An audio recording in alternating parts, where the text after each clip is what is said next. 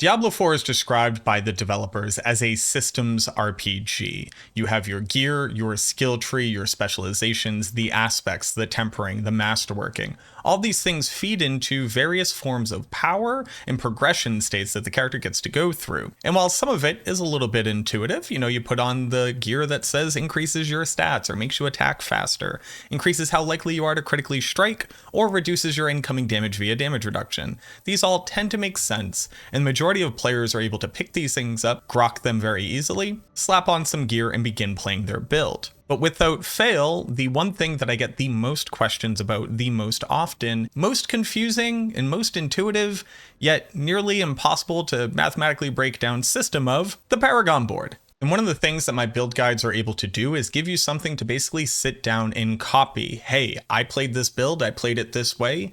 If you put your points in and you put the glyphs in that I recommend, you'll be able to get the same output. And the reason why people path through the Paragon boards, make the decisions that they do, pick up rare nodes and legendary nodes, make allowances for additional maximum life, or just barely hit the minimum requirements to be able to activate a glyph, has an incredible amount of game knowledge all condensed down into this one simple color by number system. I believe the vast majority of people don't necessarily feel like they have a mastery over. So to this end, I want to try to help y'all so that you don't just have to copy my build or whoever's build you're playing, so that you're able to better understand the decisions being made, why the choices are the way that they are, and basically how you kind of do the math and how do you get to these same end results yourself, in case you're interested in theory crafting, trying out new builds, or just kind of don't think that what you're looking at is necessarily the best option. And now, while my area of expertise is obviously the Necromancer, and I cannot give you the same level of in-depth insight into why your favorite Barbarian creator or your most favorite rogue build does the exact type of pathing and decision making that they do, I want this video to be able to be used by the majority of people trying to understand the Paragon board itself.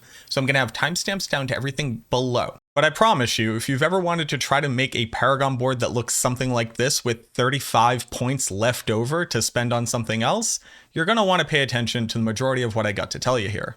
And because it's me, obviously, we're going to have a bespoke, multicolored and labeled data sheet. This one is in particular for the Necromancer. I'm hoping that if there's enough interest, I'll be able to do this same thing for the other classes as well. This took 2 full stream days worth of time to be able to create. So please forgive me if it takes me a little bit, but sound off down in the comments if you're looking for this level of detail for the other classes, and I'll do my best to be able to deliver on that as well. Let's go ahead and start off with just beginner tips, tricks, general ideas that you should understand when we're talking about the Paragon system. And my first tip is going to be go to maxroll.gg. This URL, I'll include it in the description below, but maxroll.gg/d4/planner is where you can go to use our very own proprietary Paragon board planner. The great part about this tool is it does a lot of the heavy lifting for you. When inserting a glyph, you can actually change what level of the glyph you currently have. So let's say you're at level 1 and you haven't increased the radius of your glyph, it'll show you what it will look like in the board. On top of that, it will highlight any of the nodes within radius that are relevant to the bonuses that that glyph gives or require to hit their bonuses, as well as having a pretty neato thing that the majority of people in my chat kept saying, hey, how are you doing that? But if you hold down shift, it'll actually auto path out efficiently to the point that you're clicking at any given time. So as long as you already have a point somewhere, it's going to build off from that point in the most efficient way possible. If you didn't know that you could do that, there you go. Also, the red indicator means that you're not currently connected throughout the Paragon board. And remember, you always have to connect your points before putting them in. So to make this green, you just have to make sure that it's connected. There we go. And last but not least, we have a search function. If you were wondering which nodes in the Paragon board that you're currently looking at, or all of the ones that you've selected, give some form of damage, go ahead and type it into the search bar at the top and go ahead and hover over any of the things and, oh, look at that, that one gives me damage. Whereas other options are going to give me something like damage reduction. And you'll notice that there's at least one node here, another node here, and then another node here, etc. But just as a quick introduction, if you're somebody who is like brand new to the game, maybe you're just going to be walking in the expansion, maybe season 4 is your first time doing this, the Paragon system is something that you begin gaining points at level 50. You're going to gain a total of 225 points. That's going to include points that you get from completing your renown through all of the regions as well. And you're never going to be able to get more renown points than that. So you have to be able to build your Paragon boards with this finite amount of 225 points. And while that number may seem very big, it may seem very daunting, the majority of the points that you spent are going to be used to path through your boards.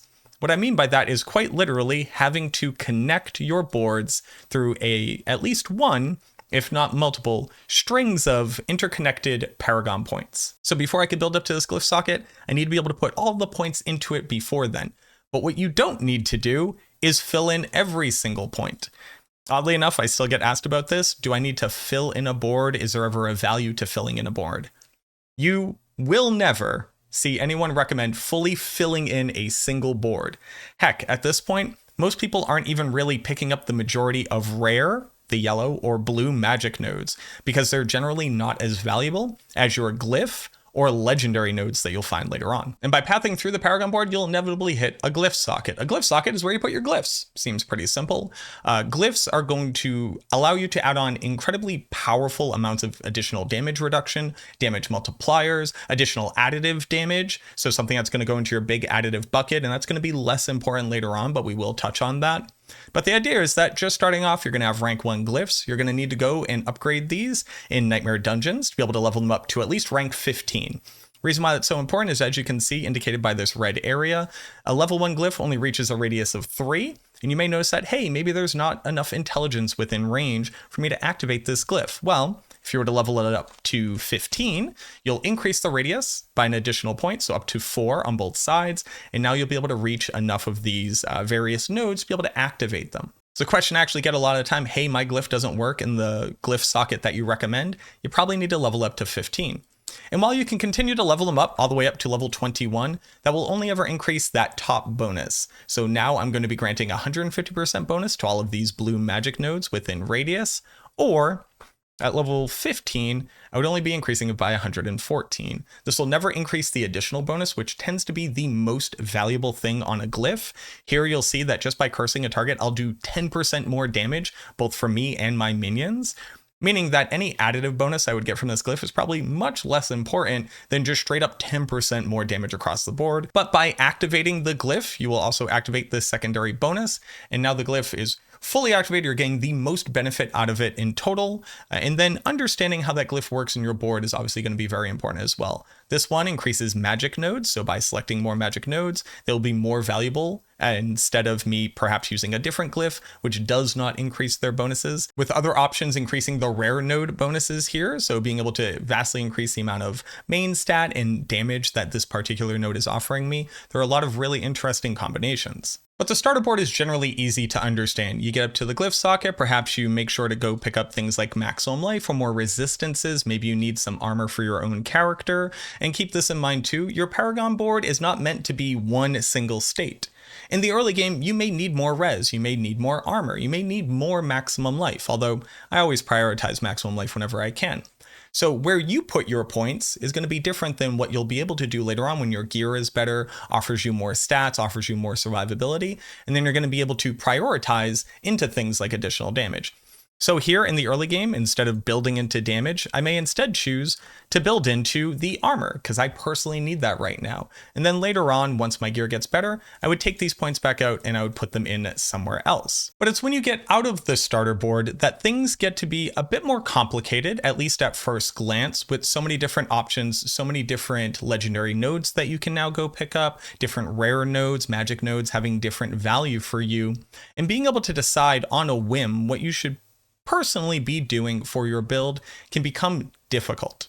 So then what should you be prioritizing? We're going to go ahead and use the example of a Bone Spirit Necromancer. This is a build that's looking to both do critical strike damage as well as overpower damage. It needs a lot of maximum essence because Bone Spirit itself is going to gain a huge amount of damage from maximum resource. And then in addition to that, I am using minions as a utility piece. So there's a lot of moving parts here. But what you should try to hone in on what your build personally does is what stats are important to it, and amongst those stats, which ones can you get on your gear? Things like armor are fairly simple to understand, right? We need to be able to reach 9,230 armor across the board. It doesn't really matter how we get there. So if I can fix my armor through the gear that I have, I won't need to pick up armor in my Paragon board. For Bone Spirit in particular, and for the majority of builds at this point, your weapons, your gloves, your rings, and your amulet can all get you a huge amount of additive damage. When I say additive damage, I mean anything that says plain damage, critical strike damage, bone spirit damage, vulnerable damage, overpower damage. Any of these numbers, they all go into your additive damage bucket.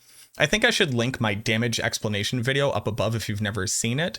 But basically the takeaway that you need to understand is that on your gear, you get so much additive damage that prioritizing picking up more of it in your Paragon board is not necessarily a valuable use of your points. We want new multipliers. We don't want to keep saturating a single multiplier that already has a ton in the bucket. Other stats that you generally can't get in your Paragon board, you would find inside of your gear itself. So like critical strike chance is a really good example on the Necromancer, where there's only one option for this in the Paragon boards, and it's only for bone skills, and it's a single rare node, whereas you're not able to get it anywhere else. So prioritizing getting critical strike chance on your gear, and then finding the stats that you can't get on your gear in your Paragon board is going to be imperative to be able to make the most beneficial and synergistic options available for whatever you're trying to accomplish.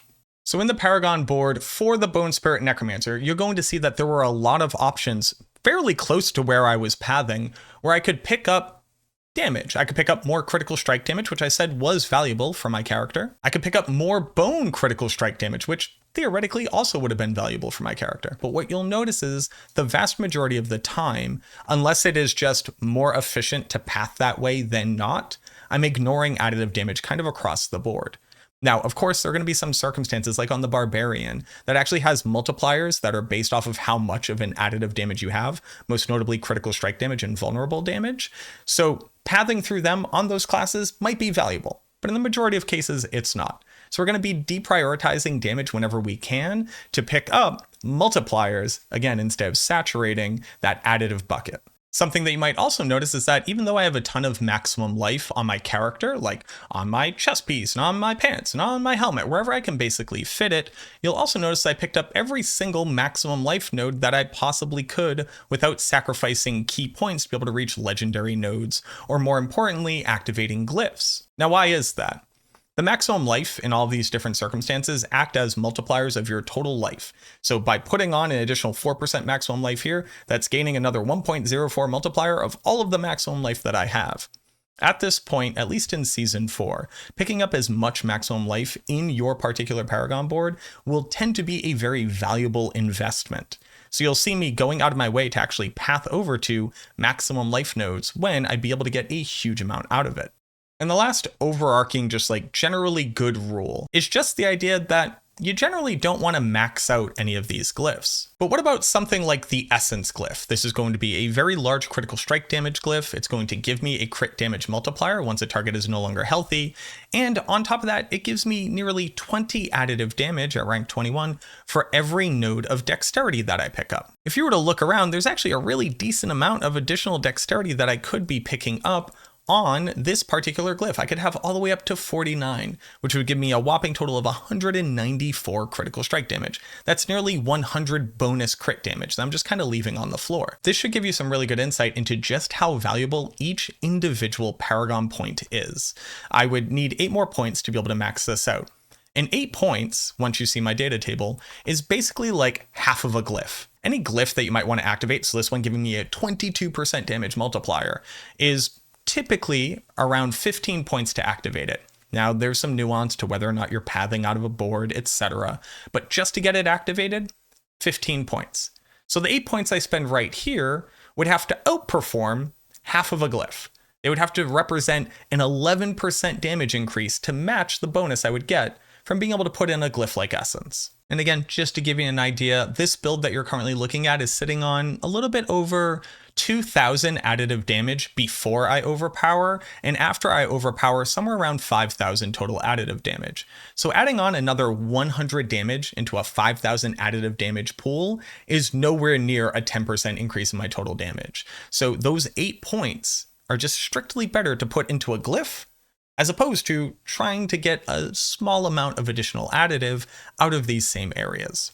And then there are just two other things that are going to be really important for you to understand as a basis before we move on. First and foremost, your boards can spin. So in game, they don't necessarily do like a great job of immediately pointing this out, but just previewing another board being added on here, you'll notice that there's a rotate board button down here. The way that the boards are set up naturally are very typically not actually going to be very efficient ways of moving through them. You typically want to get to the glyph, you may want to get to a legendary node, but you don't want to waste time going through a bunch of rare and magic nodes that aren't valuable to you. Just go ahead and rotate that board. This is also, interestingly enough, one of like the most common questions that we get on Maxroll is, hey, my board doesn't look the same, what's going on? You just got to rotate it. And rotating it and how you rotate it and how you build through it is another one of those like little key mastery points that people will pick up on that will make or break just how efficient your boards are. And the second thing that is not necessarily well explained in game is that the order of your boards does matter. If you look at any of the rare nodes, you'll notice that it says bonus. You'll gain an additional whatever if you meet the requirements. There's nothing you can do about the starter board, but you'll see that you need to reach 170 willpower to get 10 additional damage here, 160 dexterity to get an additional 100 armor here, and then additional resistance here for 170 dex, etc. Moving from your first board to your second board will increase the requirements by 60. So you'll see here that to activate a willpower node, I'm going to need 230 as opposed to the 170 here. Moving on to your third board will increase it further, your fourth board, your fifth board, etc. Increasing the requirements means that you're going to have to get more of these stats, typically through the Paragon board, since all stats is a much more premium affix on gear nowadays. It's not available on a ton of things. Now, that being said, actually meeting the requirements for any of these, you're probably going to be able to do it unless you're something silly like me and running a 9-board setup on certain builds. And maxing out these bonuses is not always a huge important thing for you to accomplish. Let's use this example. So Death Marked will give me 25 damage to injured enemies, which is not a particularly valuable stat because it's additive damage, which is already undervalued. That only works once they're below 35% of their maximum life. Now, if I do hit the requirements for the willpower here, I will only increase this bonus up to 50. So I'll gain 25 more additive damage. That's not going to make or break. That's not going to change really the outcome of my build. If I could hit it, sure, that's cool. It's a free bonus, but I wouldn't be worrying about it. The exact opposite should be said of a node like Tenacity on the Bone Graft board. This is going to give me 4% maximum life and then an additional 4% maximum life, so a total of 8% maximum life if I hit the willpower requirements. Because of that, I basically put Bone Graft as my second or third board on just about every single Necromancer build, considering that that one node is basically like putting an entire Royal Ruby into a piece of gear. But right here is where we're going to start getting into the nitty gritty. We're done with the beginner course and we're moving on to the here's what you got to do if you want to do it yourself. So strap in, get a pen and pencil. You're going to want to take note of these things. First, hot tip, only ever spend 5 points moving somewhere. And if it takes more than that, it's inefficient. For this example, we're actually going to use one of the most efficient boards that the Necromancer has available to it, which is the Cult Leader board. The stat arrangements around the glyph socket are so efficient that pathing in and out of this board is basically second to none. But let's just go ahead and use an intelligence glyph to get an idea of what I mean by only spend 5 points getting somewhere. When we're looking to path through this board on our intelligence glyph, while actually hitting the requirements for it, we're obviously going to have to pick up intelligence as we go. Now, interestingly enough, both at the ends of the two areas from the entrance gate over to the exit gate, we actually have intelligence at that end, meaning that reaching that intelligence, which is our primary goal, can be done in 5 Paragon points. 1, 2, 3, 4, 5. Within 5 points, every point that I'm now spending will accomplish my goal. Whether that goal is activating your rare node by literally clicking on it or meeting the requirements of a glyph. The points that I'm putting in now are getting me to activate the glyph. Now remember, I said never move more than 5 points. Well, this isn't intelligence, but I need to get to the glyph socket. This only cost me 1 point to get to that end goal. As such, I have not spent more than 5 points. I'm being efficient. Now, obviously, there's going to be exceptions to this rule. Sometimes you just have to use 6 points. Sometimes by using 6 or 7 points, that then puts you within range of a rare node or a legendary node that you wouldn't be able to reach either way. When we're using the 5-point golden rule here, it's mostly for efficient pathing to and from glyphs to gates. So pathing through a board, or understanding that when we're being inefficient, we'll have to make that efficiency up somewhere else. This 9-board setup that I used, which hits the minimum requirements to activate every single glyph in it, still has 35 points left over. And the way that I was able to accomplish that was by pathing through the most efficient boards and only ever hitting the 5-point magic rule every single choice that I did. So here, let's just go ahead and finish out the example. We need 25 more, so 5 more nodes worth of intelligence. Remember that you can also reach 10 intelligence whenever you pick up one of the rare nodes near a glyph. This will always be the main stat of your character. So the Barbarian, this will be Strength. The Rogue, this will be Dex. The Druid, it'll be Willpower. For me and the Sorceress, it's going to be Intelligence. So here, while putting a point in here gets me Intelligence, putting a point in here doesn't, right? Why would I want to do that when I have more Intelligence available up here? Well, for this 1 point, in this second point, I got 10 Intelligence, which is 5 per point. It's basically the exact same thing as putting in 2 points here. So instead of building in this way, I could actually spend points here, which is only 5 intelligence for 3 points, but hear me out. Then I need to hit up 3 more, boop, boop, boop. Or just very simply doing this one again. And then I can path out 5 from here. What is going to be the most efficient for what you particularly need to accomplish is going to generally revolve around this 5-point rule of always try to be this efficient. The second rule here is going to be leave suboptimal boards as dead ends. Now, to determine whether or not your board is suboptimal, you're gonna wanna use this thing right here, which is all of the data, but I'm not gonna force you to look at this data. I'm just gonna have it available for anybody who wants to look at it so that they can use it as a tool later on. But let's go ahead and take a really good example here. We're gonna use the Blood Begets Blood board. Blood Begets Blood would require you to spend 26 points to path to a dexterity glyph and then path back out of that board. Whereas if you just were hoping to activate a dexterity glyph, it would only take you 17 points. That would save you 9 Paragon points. That's more than halfway to another glyph. And when we say a dead end board, what exactly do we mean? Well, just like a street would be a dead end, meaning you're not going to leave out a different way. Here, Blood Begets Blood is acting as a willpower glyph dead end board. I'm not trying to path out of it, because as you can see, it would take me so many points to reach the next terminus. Whereas the Flesh Eater board, you can see that we're able to path through it very efficiently here. So in our case, Blood Begets Blood is a terrible board for this, and let's just go ahead and show it with that dexterity example. So as you can see here, there's not a ton of dexterity around the Blood Begets Blood glyph, but all of it is within a fairly concentrated cluster, so being able to reach out to these various points isn't going to be very hard for us. Now, we've already spent 23 points just getting to this board, so just keep that in mind. We're going to use that as a cool little example. But pathing up to the dexterity here, while not particularly efficient, doesn't have many requirements.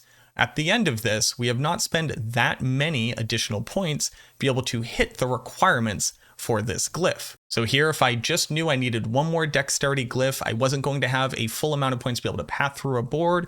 Maybe I only have anywhere between 14 to 17 points left. You can still activate glyphs, as opposed to what you would normally do, which is pathing through a board while activating that same glyph. There are going to be a lot of examples where using a board as 3 different exits, meaning coming in from one way and leaving out of 2 different sides, will allow you to continue pathing here, but allow you to add on a dead end board off to the end here. Typically, dead end boards will also be the last board that you put into your Paragon system. Because you don't need to path out of them, you can typically leave the ones that don't have particularly valuable rare nodes that you're not trying to hit the requirements for. Or heck, here, I'm not trying to hit either of the rare nodes even around the glyph socket itself. Maybe blood orb damage and healing from blood orbs isn't particularly valuable for me. That doesn't mean that the board isn't valuable for you, because the glyph doesn't care what board it gets put into, just as long as it gets activated. The next rule, and this is going to be something that is like significantly harder to initially grok, but is something that will basically impress your friends and make the difference between a board that does work and a board that doesn't work. But pathing through a board twice will often be more efficient than trying to cut through the middle. Here we're looking at an example of my Blight Necromancer. The Blight Necromancer, being a shadow damage over time build, really cares about the Wither board, because the Wither board is going to give us a huge multiplier of our damage over time. But what you'll notice is that I avoided cutting through the middle entirely. And why would I possibly want to do that? Well, interestingly enough, I'm actually using Wither both as a pathing board and a dead end board here. The first reason is because whatever glyph you're going to be putting into this particular board, just for this example, is going to be inefficient. It's not a particularly efficient board to actually path through, but we do want it in our setup in general. Second to that, the different rare nodes that are available throughout the board, at least throughout the middle of it, aren't particularly valuable. But what I do need to be able to activate is our legendary node. And on top of that, I do want to pick up this damage reduction, an incredibly valuable stat in this game, as well as more maximum life. The problem being, though, that pathing out from either one of these, if I wanted to pick up this in general, is not very efficient. You'll see I have to put in 1, 2, 3, 4, 5, 6. So there, I'm breaking the rule of 5 points to ever leave a board, or to get to a new objective. But if we see how many points it took me to get to a valuable node, you'll see 1, 2, 3, 4, 5, and then the next point I'm putting in is of high value to me. Similarly here, getting to the break and then picking up the legendary node is within the 5-point radius, since I need to get to this point. And then here, building down to this is also within the 5-node radius. 1, 2, 3, 4, 5, and the next thing I'm picking up is valuable for me. So because of that, I'm going to path through this board twice, or even path through it once and then use it as a dead end as well.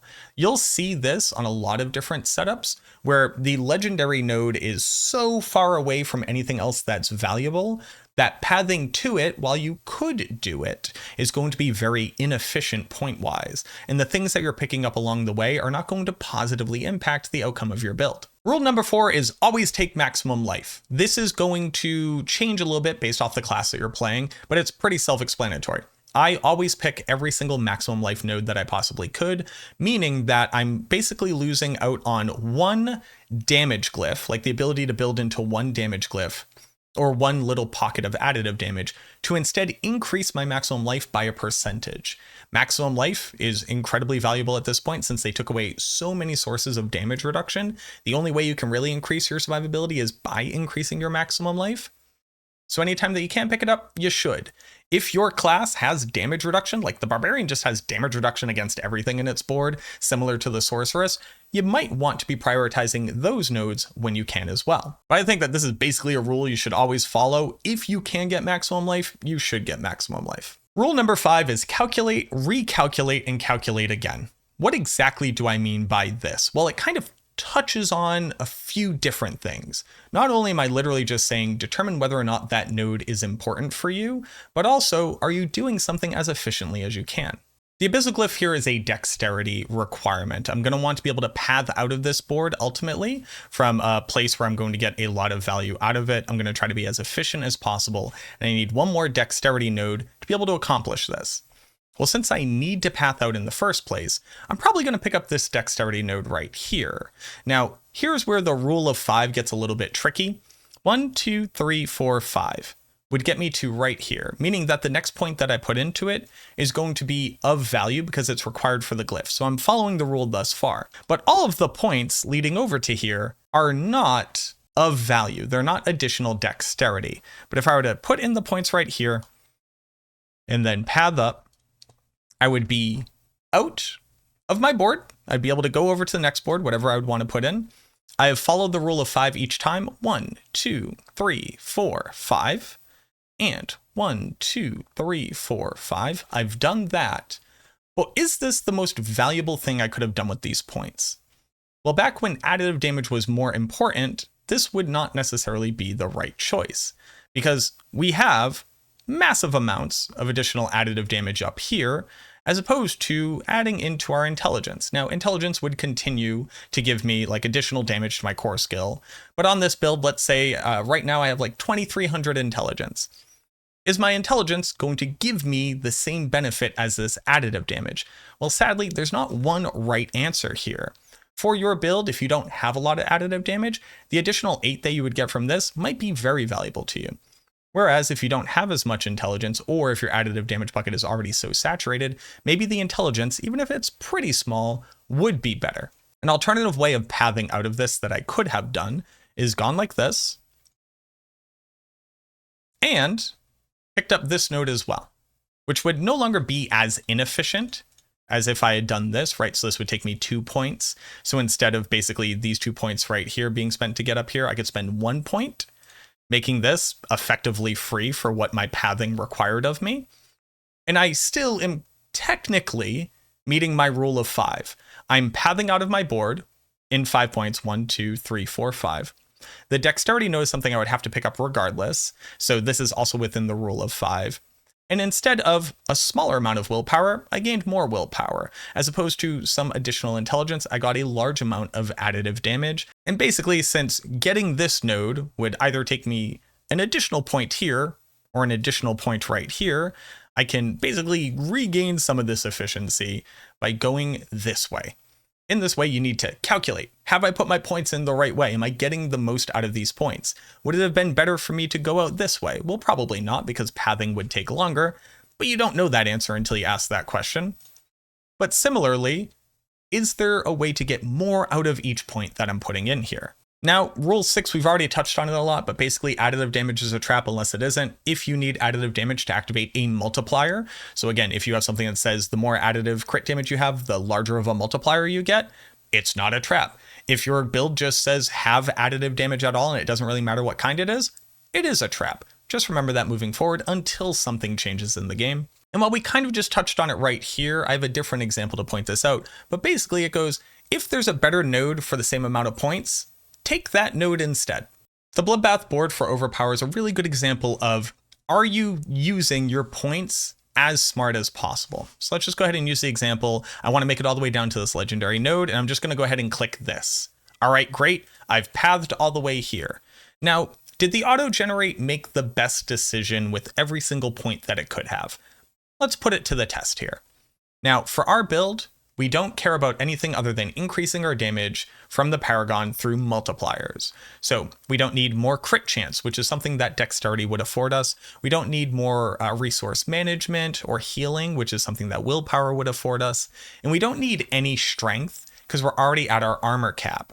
There's not going to be a lot of strength options on the board, but there are some of them. So because of this, we basically always want to be picking intelligence whenever we can, or the second best stat to increase our damage.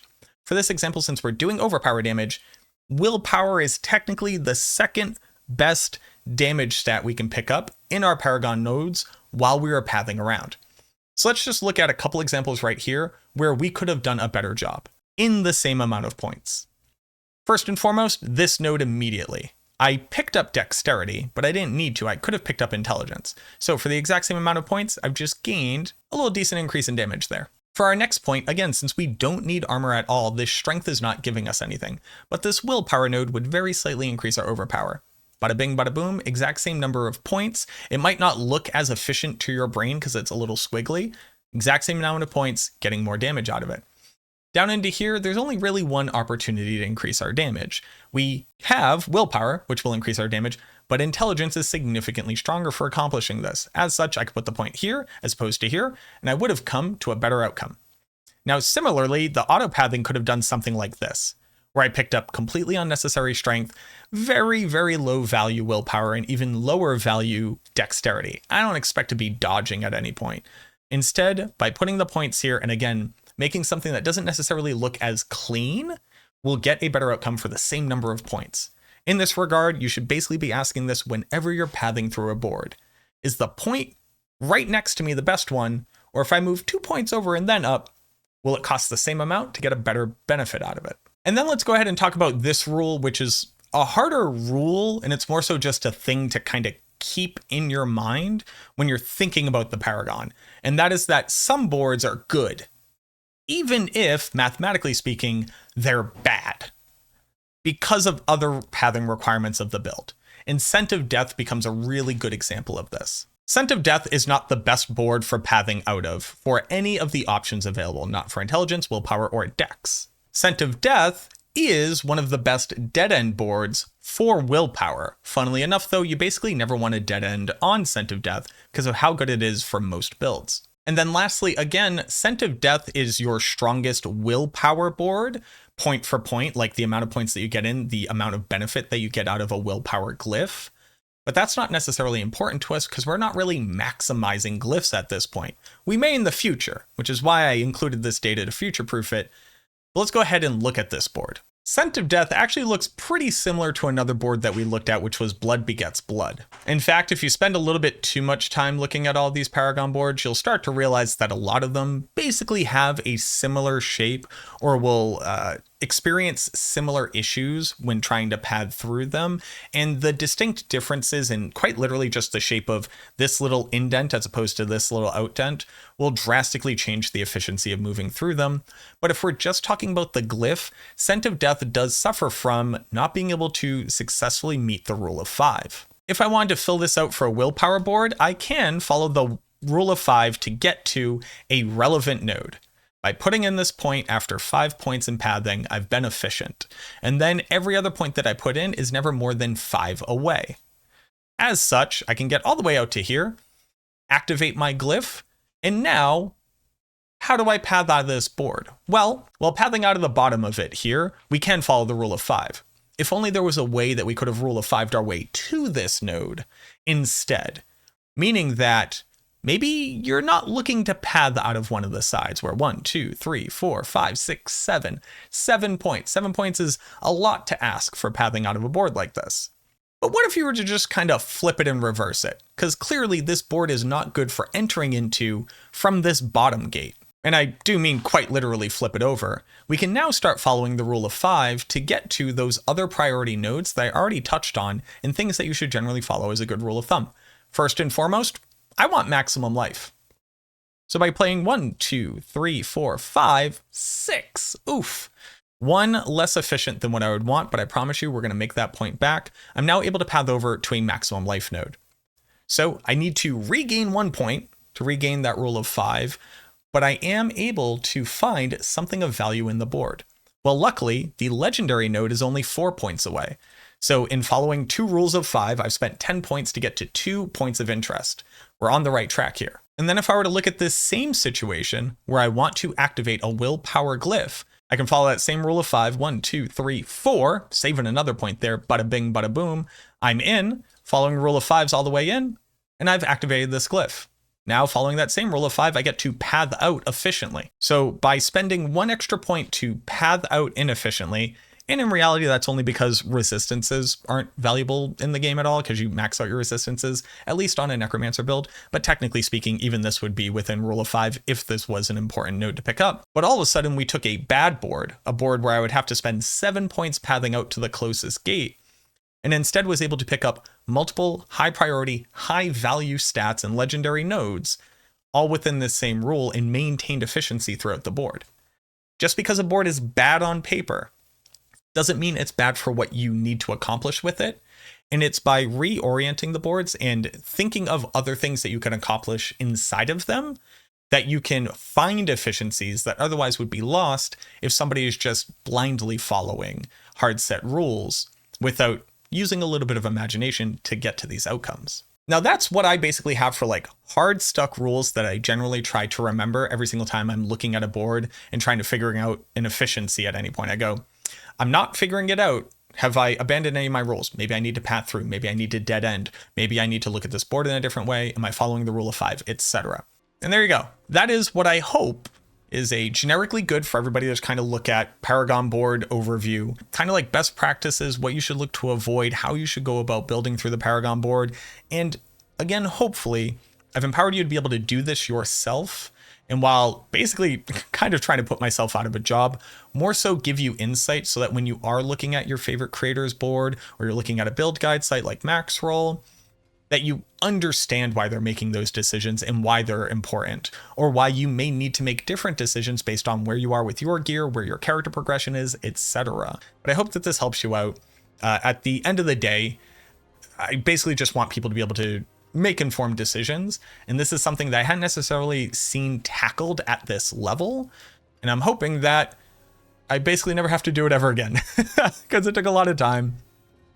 And my voice is completely hoarse trying to explain all of that. Let me know down in the comments what you think. I would deeply appreciate if you could subscribe to the channel if you're brand new here. If you haven't already, it would mean the world to me, and you don't want to be missing anything like this. If you appreciate it, toss a like onto the video as well. Helps me out a ton in the algorithm. But that's enough of me shilling. Thank you so much for watching this video. I truly, truly hope that it helps. And I look forward to seeing you in the next one.